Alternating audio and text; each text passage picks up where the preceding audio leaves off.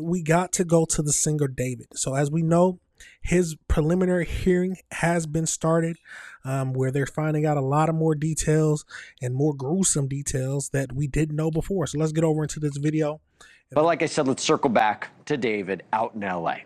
Now, since the body of 14-year-old Celeste Rivas Hernandez was found dismembered and decomposing in the front trunk of a Tesla allegedly owned by singer David, real name David Anthony Burke, back in September of last year, we all have had a lot of questions. Today, answered some of those questions. Today marked the first day of a preliminary hearing that could last up to 5 days. This is where a judge will later decide if there is enough evidence for the criminal case against David to move forward to trial.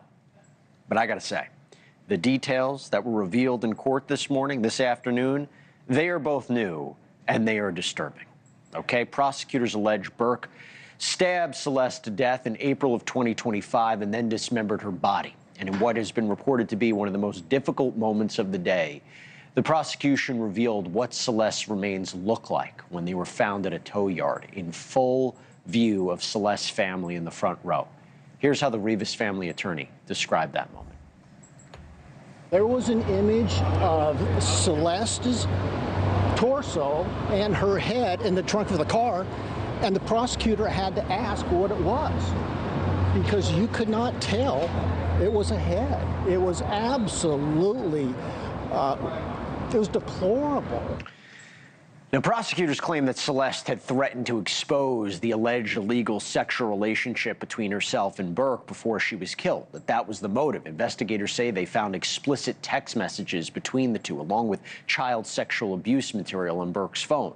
And a Los Angeles police detective testified that Burke's online shopping history showed that he allegedly bought a shovel, chainsaws, cadaver bags, heavy-duty laundry bags, cleaning supplies after he allegedly killed her. Now, of course, you are innocent until proven guilty, but that's a lot of evidence. A lot of evidence. They got all the child abuse material on your phone, and your shopping list is something that's straight out like of a murder guide. Shovel, 3 chainsaws, 2 cadaver bags, blue inflatable plastic pool, burn cage, and heavy-duty laundry bags. Now, maybe because he had some weird videos, maybe he just, I'm assuming they're going to try to spin it, oh, he's just using them for his music videos. But dang, that evidence is piling up. Let's keep going. Now, Burke has pleaded not guilty to charges including murder, continuous sexual abuse of a child under 14, unlawfully mutilating human remains. He is innocent unless proven guilty. But we got to talk about what happened today. Joining me now with all the details, we have News Nation senior national correspondent Brian Enton and LA Magazine contributor Lauren Conlon. Spent the day in that courtroom. It's great to have you both here. Lauren, I'm going to start with you. What was it like in the courtroom for the whole day, particularly, though, when those photos were shown? Because that felt like the turning point. Right. It was incredibly difficult, and I couldn't help myself. I kept looking over at Celeste's father in particular, and, you know, it's heartbreaking. And I actually didn't expect us to see images like that in the courtroom. I really thought maybe they would skip over that just because it was the preliminary hearings. But unfortunately, that's what set the tone. We saw these photos, I want to say pretty much an hour into the hearings, and from there it just got more and more and more disturbing. And David showed no emotion, Lauren? Nothing to those photos? So that was one of the more disturbing parts about this, Jesse. I did not see him tear his eyes away from that screen. He looked at the screen like he was watching a movie. I mean, to me, I have seen defendants in the courtroom when photos are shown or allegations are made, they either shake their head no, they look away. It's hard. I mean, the guy was staring at it like it didn't bother him in the least. Yeah, I don't know if that's going to have an effect on the judge, but if this was in front of a jury, got to wonder if that's going to have an effect. Brian, I think substantively something very interesting happened today. They started not with the tow yard. They didn't start with the crime scene. They started all the way back in 2024 when David first had this interaction with police about his relationship with Celeste, right? When Riverside County got involved, when she was a missing teen. And they showed body cam footage of their interaction with David. What'd you take away from that? What was that footage showing? Yeah, they did. I mean, they showed up to his house because they were looking for Celeste, and they said that he was polite. He acknowledged that he thought she was 18, but someone else had told him that she was 13. And let's not forget, we're talking about a young girl here. It was something I kept remembering throughout the day. And as Lauren said, to see those pictures in court, Jesse, and like, you don't even really want to hear the details of it, but I mean, she was dismembered. She was in multiple bags. She had decomposed, and you had Celeste's parents sitting in the front row. Like, you know, sometimes, you know, they'll leave during those moments. They didn't leave the courtroom, and what would happen is the prosecutor would turn around and sort of like whisper to them, like, okay, this is coming up next. We're about to put up this photo. And they would look down, but there were times they were looking. There were, and I was just thinking the whole time, like, what it must have felt like for them. That has to be one of the worst experiences you can have as a parent. I can't imagine it. You got to hear. You might not watch it, but you definitely going to hear people talking about what they've seen and what they're showing on the images for the judge. It's not anything a parent should ever hear. It's a tragic scene, and the fact that he was so stone-faced, so maybe nonchalant or not affected by what he's hearing, or at least that's what they're saying he looked like. We don't know because we can't see inside the courtroom, but if he truly had no emotion, maybe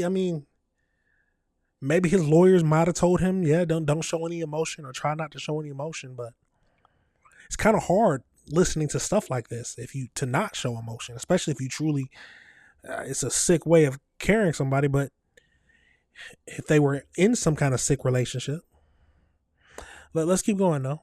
You know, Brian, I'm glad you said that, because sometimes we talk so much about the charges, we talk so much about strategy, we talk so much about David. This was a young girl who lost her life in brutal fashion. Yes, he's innocent unless proven guilty, but it doesn't take away what everyone saw in that courtroom and what happened to her, which, Lauren, I was following your reporting online, and you said something really interesting. All the testimony and evidence regarding the alleged purchase history of David. So after they claim that he killed her, I listed all the things. You said the order of these alleged purchases may tell you something.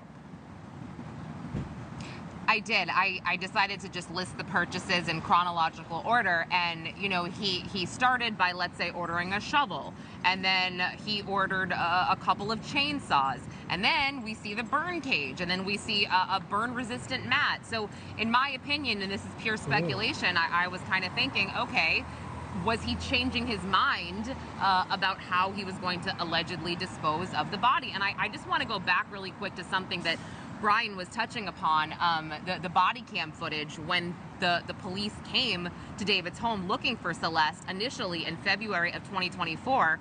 We were actually able to see the photo that he had of her on his phone. And I gotta tell you, I was so disturbed by this photo because he was 18 at the time.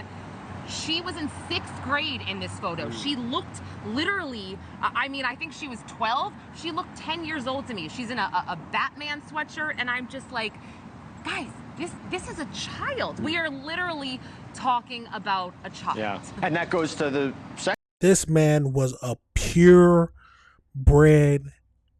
pedophile. We got to call it how it is. 12 years old when they first probably started talking. Wow. I don't care what you say. You could tell how young she was. I don't want to hear any of that bull. Let's keep going. Crime charge that he faces. That goes to the motive, right? Lying in wait, killing a witness, killing for financial gain, that he had to make sure that she couldn't expose him. That's the allegation. But this goes to another point. One of the things we were looking out for, Brian, in this preliminary hearing, defense has an opportunity to question these witnesses. We finally got a sense of where the defense is going in their strategy. What did you learn? Well, a couple of things. I think they're going to try to poke holes in the medical examiner. I think there's going to be questions about, the body was so badly decomposed. I found the money to be interesting, and it wasn't something I had heard a lot about until today, Jesse. That he had made a lot of money. $10 to $11 million in just a couple of years, had all of these managers managing his money. His mom was very involved. The prosecution is trying to paint this picture that he had a lot to lose if word got out about this underage girlfriend, or whatever you want to call her, because she's a child, that he could lose everything. But I also sat there thinking today, could that also be part of the defense? Because they were talking a lot about how he didn't know about the money, that it was all these other people who were in control. And I wonder if they're going to go down that path more if there is a trial. They knew he knew he was doing well. He knew he was doing well. But Lauren, I'll give you about 30 seconds. What about the idea of questioning what was tested, what was not, the DNA? Was it clear? Were they trying to say, you can't say exactly what was used to kill her or dismember her? Well, Blair Burke was definitely poking holes with the second witness, the lead detective, Detective Byers. She kind of said, look, you guys didn't test this cadaver bag, or you didn't log this into evidence. And he said, well, we couldn't. It physically could not be logged because of the liquid, because of everything that happened with the decomposition. So they took off the handles and the zipper, and his lawyers honed in on that. There's a few other things they honed in on. But to Brian's point, at the end, they wanted to make it known that it was David's mother who managed the money and not David. Look, and that was definitely a specific reason. Big picture, it's absolutely crazy, y'all. It sounds like the defense is trying to point to David didn't kill her, but maybe his mother did, or someone in his circle who wanted to make sure he kept the money rolling in. That's where they're trying to play it. They can't say that, he didn't. No one murdered her, because, of course, she was dismembered and decomposing in the trunk. So they got to skew the investigation or the signs of possible guilt away from him. So let's get over into the AI breakdown, y'all, just to wrap this whole section up. But no matter how it is, it's a tragic situation, and Celeste deserves better. So as we know, the preliminary hearing for singer David, also known as David Anthony Burke, is currently underway. He faces several felony charges, including first-degree murder, continuous sexual abuse of a child under 14, and unlawful mutilation of a human corpse in connection with the death of 14-year-old Celeste. He has pleaded not guilty to all charges. They say the trial began on July 21st, 2026. Proceedings began 2026. So they alleged that on April 23rd, Burke murdered the 14-year-old Celeste in his home after she threatened to expose their illegal relationship. The remains were found in September 2025 in the trunk of a Tesla parked at the tow yard. Investigators testified to finding blood stains in the garage, tools used to dismember, and attempted to mask decomposition with air fresheners. The prosecution presented evidence of the financial motive, noting that his high earning and his subsequent terminated multi-million-dollar record deal. So the hearing aims to determine if there is enough evidence for the trial in the first place. So during the first 2 days of the hearing, we heard a lot of specific details. So basically the dismemberment setup between May 1st and May 5th, he allegedly used a fake name to order 2 chainsaws, a body bag, heavy-duty laundry, and a blue inflatable pool to contain the victim's blood. On July 7th, several months before the body was discovered, he allegedly ordered a specified burn cage.